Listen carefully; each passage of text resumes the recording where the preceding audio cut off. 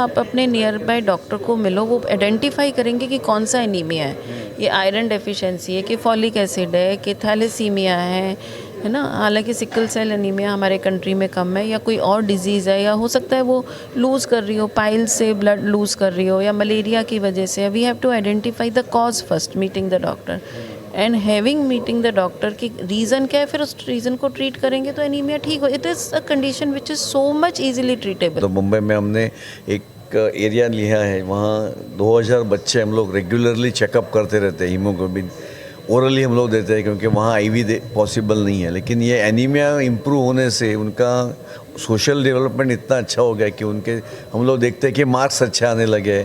Immunity, जैसे घड़ी घड़ी बुखार आता था, बीमार पड़ते थे, वो कम हो गया है। और टीचर लोग बोलते हैं कि ये students are doing well in their curriculum exam, so that is a good for the country.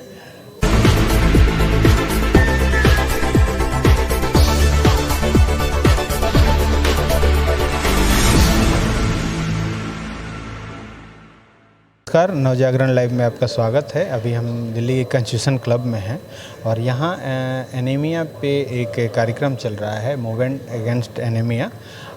Doctor Ritu ma'am हमारे साथ हैं। इनसे जानते हैं कि बेसिकली एनीमिया मतलब होता क्यों है, कारण क्या है इसका।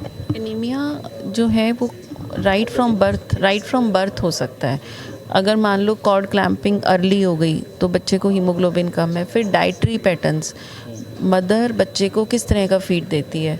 Sometimes mother like to lactate for long, बहुत लंबे टाइम अपना ही देती रहती है। जो उसको सप्लीमेंट्स देने, जैसे दाल का सूप देना है, टमाटर देना है, केला देना है, सेब देना है, वो सब्जियां नहीं देती, सिर्फ अपने दूध में रहती है। लॉन्ग लैक्टेशन, उसको शुरू से ही न्यूट्रिशनल डेफिशिएंसीज हो जाती हैं। फिर जैसे जैसे बच्चा बड़ा होता है तो कोई भी उसका आयरन लेवल कभी चेक ही नहीं करता कि अगर बच्चा कमज़ोर है, थक रहा है, unless they are visiting the doctor, paediatrician point out करते हैं तो वो हीमोग्लोबिन चेक कराते हैं, सप्लीमेंट देते हैं, ठीक हो जाता है।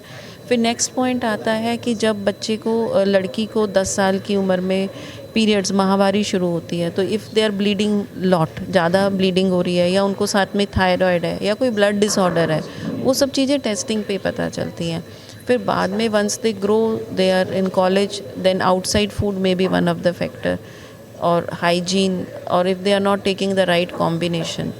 फिर once they are into pregnancy, their reproductive phase, iron supplements शायद नहीं लेते होंगे, क्योंकि कोई भी आयरन लेते हैं तो थोड़ा सा आयरन इंटॉलरेंस तो होता ही है।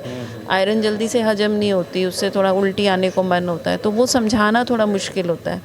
प्रेगनेंसी इटसेल्फ में जो बच्चा है माँ से कम 4.5 ग्राम आयरन ले लेता है। फिर ब्लड डिलीवरी के टाइम भी लॉस होता है, वो पूरा रिकवर होता है कि नहीं। पोस्ट डिलीवरी लोग अक्सर सप्लीमेंट नहीं लेना चाहते, वो लेना नहीं, वो सोचते हैं कि पूरी प्रेगनेंसी में दवाई खा ली, अब तो नहीं खाएंगे।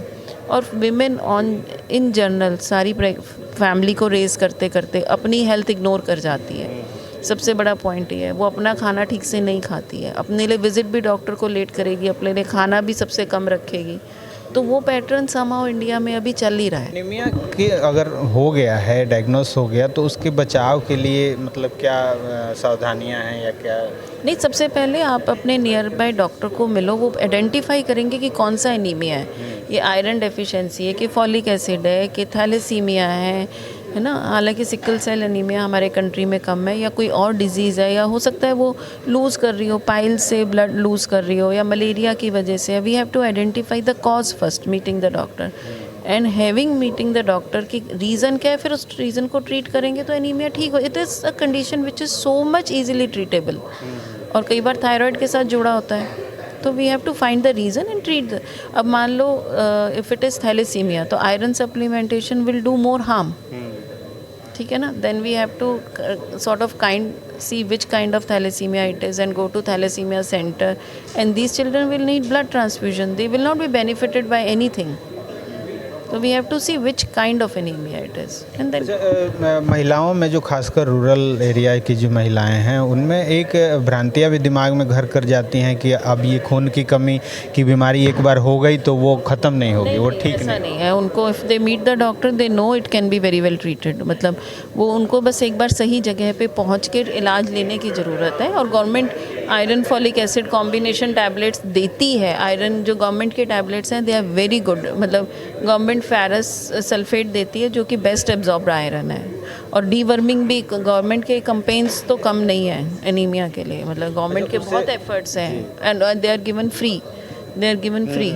स्कूलों में भी मिलता हाँ, स्कूलों में भी मिलता है और खाना भी अच्छा मिलता है स्कूलों में, जो मिड डे स्कूल प्रोग्राम है सब में गवर्नमेंट के एफर्ट्स में कमी नहीं है। It is only for us to come forward.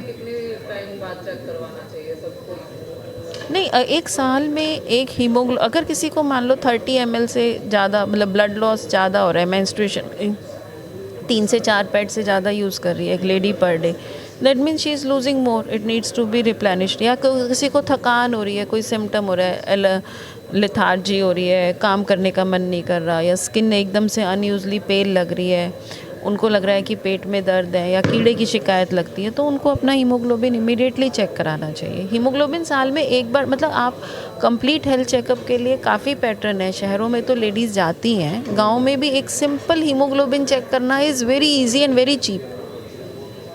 मतलब